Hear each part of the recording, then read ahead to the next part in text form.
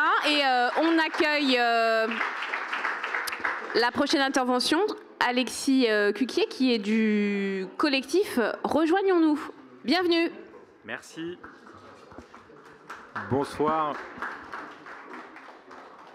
Bonsoir amis et camarades. D'abord, merci et bravo à celles et ceux qui ont organisé cette initiative importante. C'est long, mais ça fait du bien. Moi, ça me fait du bien de se retrouver sur l'essentiel et aussi d'essayer de tracer des perspectives ensemble. Le camarade a fini par des rendez-vous, je vais finir aussi par des propositions de rendez-vous. Mais d'abord, voilà, ça fait du bien parce qu'après le soulagement de dimanche soir, avec une camarade qui est là aussi, ici de Rejoignons-nous, on était à Montreuil. Et comme dans pas mal d'endroits, je pense, il y a eu des pleurs, il y a eu des cris de joie antifasciste en voyant que les Vichysois ne gouverneraient pas la France dès cette semaine.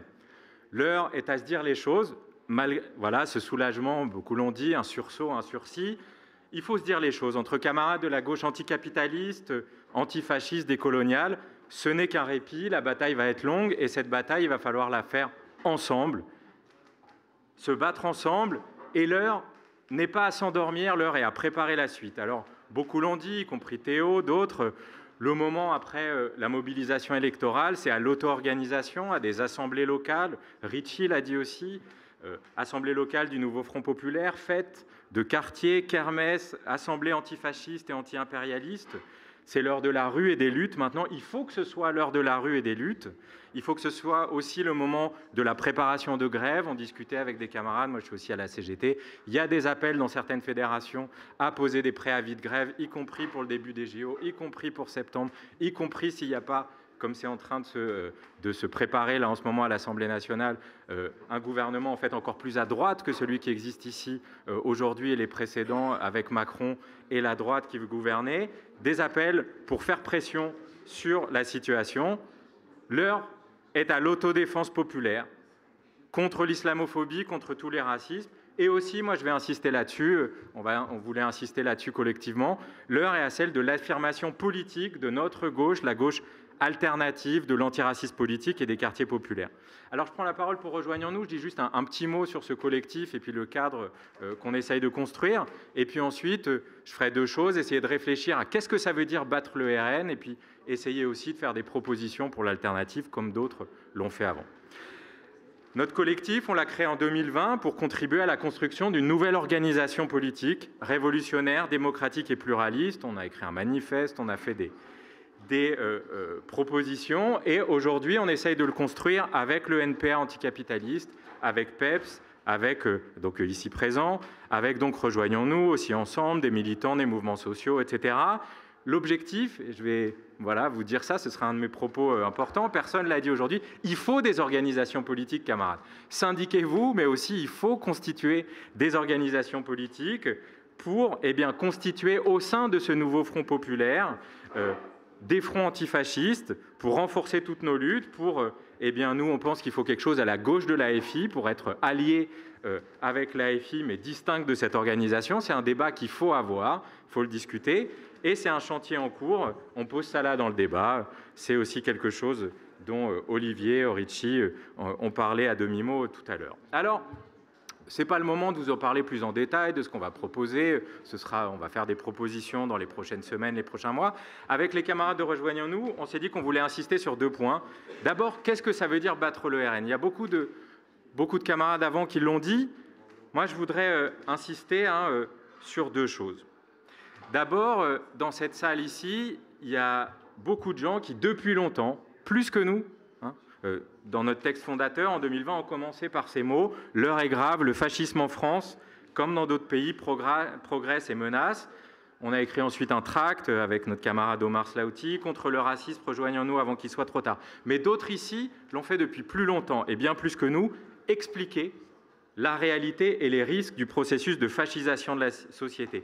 Expliquer la différence, mais aussi la collusion entre l'étatisme autoritaire de Macron et l'état fasciste de Le Pen et Bardella, ou je reviens d'Italie, de Meloni, mais aussi de Trump, Bolsonaro, Orban, Modi. Ça fait longtemps donc qu'on en parle.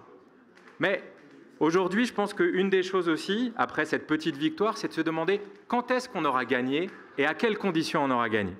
Quelques hypothèses, quelques réflexions. D'abord, on aura gagné quand, dans les familles des quartiers populaires racisés, on n'aura plus peur, avant chaque élection, de voir sa vie basculer, de devoir rentrer au bled, de s'en prendre encore plein la gueule. C'est ça l'objectif. On aura gagné quand... je travaille dans une fac, il y a des militants de l'Action française cagoulés qui se sont pointés quand on a fait, pour essayer de nous mettre des coups de pression, quand on a fait une série de rencontres contre l'extrême droite, quand des camarades de l'association A4, vous avez peut-être vu ça, en Bretagne, à Lannion, ne seront plus menacés comme ça a été, avec y compris des couteaux plantés, des menaces et tout leur travail des personnes, donc des camarades exilés saccagés. On aura gagné quand le soutien à la guerre génocidaire d'Israël en Palestine ne sera plus majoritaire en France. Il faut bien se rappeler, elle est majoritaire aujourd'hui dans les sondages en France. Elle est aussi... Ouais, ça marche. Elle est aussi tolérée et encouragée dans les médias et par l'État. Et puis on aura gagné quand l'islamophobie d'État et tous les racismes institutionnels seront défaits. On aura gagné quand il n'y aura plus de colonies françaises comme en Kanaki. Nous, on voulait insister là-dessus, d'autres l'ont fait. Aujourd'hui, une tâche immédiate, un mot d'ordre immédiat, ça doit être la libération des camarades du CCAT, déportés et emprisonnés. C'est quelque chose aussi, il y a ici des gens qui sont en rapport, par exemple, avec des députés, avec l'AFI. Il faut leur dire, au nouveau Front Populaire, que ça doit être une des tâches immédiates, une des choses à mettre dans le débat immédiatement. On aura gagné quand les luttes féministes et LGBTQIA+, seront safe. On aura gagné aussi quand le suprémacisme blanc, l'écofascisme, la préférence nationale, toutes ces versions du néofascisme auront été balayées, quand il n'y aura plus de Frontex ni de meurtre de masse. Mais je veux, en Méditerranée, je veux insister sur un dernier point. Exprès, on veut insister sur un dernier point. On aura gagné aussi quand la gauche, y compris la gauche dite radicale au Parlement, cessera elle-même d'être au pire islamophobe, au mieux paternaliste et méprisante à l'égard des habitantes et militantes des quartiers populaires. Quand nous, là dont je parle, d'une gauche anticapitaliste, de l'antiracisme politique et des quartiers populaires, nous aurons toute notre place dans les fronts antifascistes comme le nouveau Front Populaire. Et voilà, il faut dire les choses aussi, c'est un débat, ça arrive un peu à la fin, il est tard et tout, mais on ne l'a pas beaucoup vu, cette gauche classique contre la loi séparatisme. Il y a eu des évolutions positives, c'est très bien. Mais on est loin du compte. On est loin du compte sur le Sahel, on est loin du compte sur la France-Afrique, on est loin du compte sur la Kanaki aussi.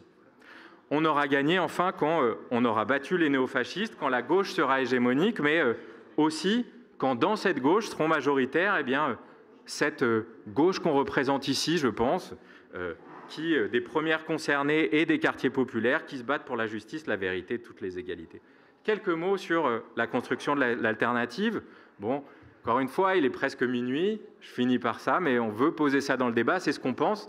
Camarades, il faut être clair, pour construire l'alternative, il faut des organisations syndicales. Syndiquez-vous. Je suis allé à CGT, il y a plein d'autres, voilà, il y a des camarades de CGT. Il faut syndiquer parce que s'il n'y a pas de syndicats, il n'y aura pas de grève, y compris de grève pour mettre la pression sur le gouvernement, quel qu'il soit. Mais il faut aussi des organisations politiques. Il faut des organisations politiques parce qu'on voit bien la limite de ce qu'on peut faire avec des collectifs de collectifs, des réseaux de réseaux, des mouvements gazeux, verticaux, sans ancrage de terrain, des partis électoralistes et sociaux-démocrates. Tout ça, c'est utile. Ça peut permettre d'éviter les catastrophes, mais ça ne suffit pas à faire un certain nombre de choses. Et on veut finir par dire ce qui, nous semble-t-il, ce qui manque aujourd'hui, et donc aussi, que faire ? On a besoin d'une organisation, ou d'organisations au pluriel, qui puisse peser dans les élections, contribuer à des victoires institutionnelles, mais aussi, je suis à Montreuil, de quelque chose de récent, qui puisse aussi empêcher l'expulsion de Moussa, un camarade sans papier du hangar à Montreuil, expulsé malgré la mobilisation de l'AG Interlude de Montreuil. Voilà, bravo à ces camarades, mais on n'a pas réussi, ils n'ont pas réussi. Il a été expulsé. Voilà. Qui soit en capacité, donc on a besoin d'efficacité, on a besoin d'être en capacité de batailler pied à pied dans les médias contre les fascistes, de faire des liens aussi entre les luttes anti-impérialistes. On a fait une soirée à Montreuil le 14 mai pour faire du lien justement entre différentes luttes anti-impérialistes, qui soit aussi en capacité, dans un moment d'instabilité politique, d'incertitude comme aujourd'hui, d'encourager, relayer, amplifier la pression de la rue et de grève qu'il faut construire sur le nouveau Front Populaire, sur l'Assemblée nationale, pour arracher des mesures sociales immédiates. Des camarades l'ont dit, par exemple, les salaires, le SMIC, l'âge de la retraite. Une organisation, enfin, qui soit capable de conjuguer donc efficacité dans les batailles électorales. Là, ce qu'on a réussi à faire, c'est aussi notre victoire, il faut s'en créditer, mais il faut être plus efficace encore, mais aussi l'autodéfense populaire, la solidarité concrète, et puis la construction d'un projet alternatif désirable, global. Et on a besoin d'une nouvelle organisation, donc anticapitaliste, écosocialiste et antiraciste pour faire tout ça. Donc la porte est grande ouverte dans notre processus. Ce n'est pas le moment là de vous en dire beaucoup plus, mais par contre, je veux vous donner quelques rendez-vous. D'abord, on veut donner des rendez-vous en regardant aussi qu'est-ce qui a marché les dernières années. Qu'est-ce qui a marché les dernières années, y compris sans une organisation de ce type? Eh bien, c'est par exemple ce que des camarades ici présentes et présents ont réussi. On a réussi à faire dire à une gauche qui ne parlait pas d'islamophobie il y a 10-15 ans, à mettre ça dans le programme du nouveau Front populaire. On a réussi à mener la lutte idéologique et sur le terrain avec ténacité. Il y a eu la marche contre l'islamophobie du 10 novembre 2019. Il y a eu l'agenda de la marche des solidarités. Ça a été l'essentiel des luttes antifascistes concrètes. Et c'est ce qui doit rester l'essentiel de l'agenda aujourd'hui. Je finis par 3 rendez-vous. D'abord, vraiment localement à Montreuil, on a 2 rendez-vous. Dès demain, on vous invite, rejoignons-nous, d'autres militants de Montreuil, dans le cadre de l'alternative, à une assemblée populaire locale qui s'appelle « Après les élections, antifascisme, lutte locale alternative ». Et maintenant, on fait quoi? La maison ouverte à 19h.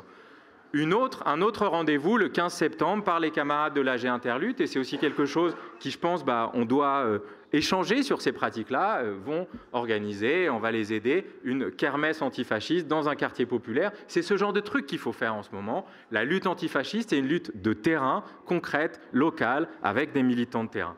Enfin, un dernier rendez-vous, apparemment les camarades de la marche pour la solidarité, je ne sais pas s'ils sont là, donc c'est vraiment le rendez-vous important qu'il faut absolument réussir. Nous, on y appelle, il faudra être là. C'est le 14 juillet, le défilé internationaliste contre le fascisme et le colonialisme dimanche prochain, qui prend la suite de tous ces rendez-vous, de l'admirable mouvement social de la marche des solidarités. Il faut y être, il faut mettre toutes nos forces dedans. Il faut aussi construire d'autres rendez-vous, qu'on en construise ensemble, dans le prolongement aussi de cette soirée. Et donc, on vous dit à très bientôt, camarades. Merci, merci, merci, merci.